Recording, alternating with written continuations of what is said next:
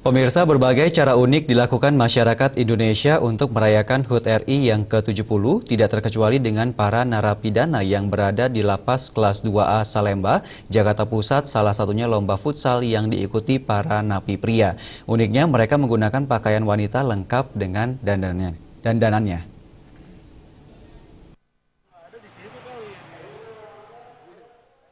Lomba hari ulang tahun RI tidak hanya digelar di lingkungan warga atau perkantoran pemerintah maupun swasta.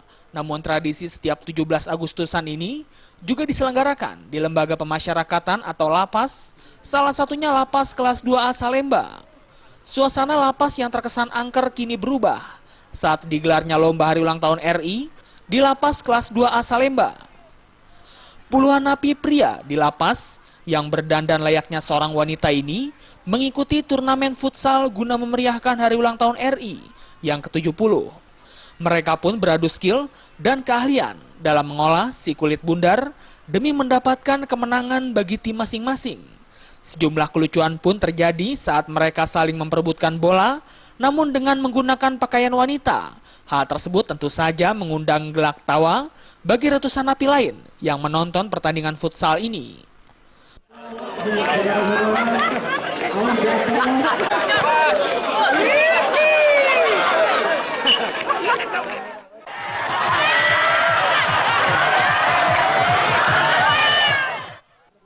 Para napi mengaku senang dengan kegiatan rutin yang digelar setahun sekali ini.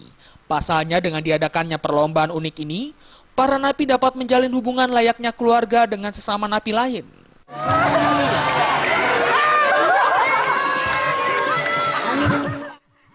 Peringatan. Iya, dengan perlombaan tadi gimana rasanya? Menyenangkan, menghibur diri, menghibur para yang lain-lainnya biar pada seru. Terus ini mempersiapkan dengan dandanan begini gimana tadi? Ini dadakan. Gitu.